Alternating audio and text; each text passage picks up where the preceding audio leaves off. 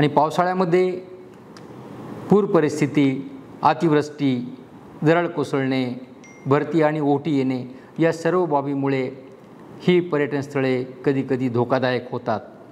अशा धोकादायक परिस्थितीमध्ये पर्यटन स्थळावर जाणं निश्चितपणानं हानिकारक होऊ शकते। मागच्या आठवड्यामध्ये मोरबी डॅम या ठिकाणी 4 विद्यार्थी पाण्यामध्ये बुडून मृत्यू पावले। मुनवली या गावामध्ये सुद्धा तलावात 2 विद्यार्थी बुडून मृत्यू पावले। तसेच अलिबाग या ठिकाणी सुद्धा बीचवरती एक व्यक्ती पाण्यामध्ये बुडून मृत्यू पावला।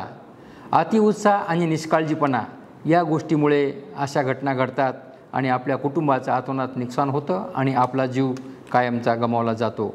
माझी सर्व नागरिकांना आणि पर्यटकांना विनंती आहे, आव्हान आहे, पावसाळ्याच्या दिवसामध्ये आपण धोकादायक असलेल्या कुठल्याही पर्यटन स्थळाला भेट देऊ नये, अतिउत्साहामध्ये आणि निष्काळजीपणामध्ये वागू नये।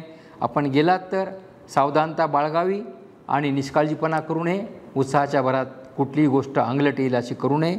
शासन आणि स्थानिक स्वराज्य संस्था आणि स्थानिक लोक यांच्या वतीने ज्या काही त्या ठिकाणी सूचना देण्यात आलेल्या आहेत।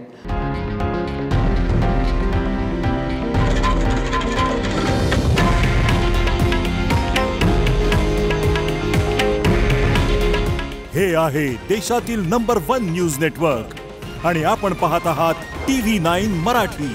काळजी तुमची, हित महाराष्ट्राचं।